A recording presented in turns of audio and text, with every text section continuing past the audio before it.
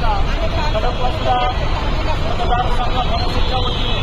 या ठिकाणी आम्ही भावपूर्ण श्रद्धांजली अर्पण करत आहोत। या 26 लोकांमध्ये पुण्यामधील संतोष जगदाळे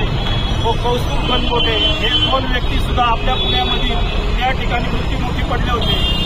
आणि या सर्वांना आम्ही या ठिकाणी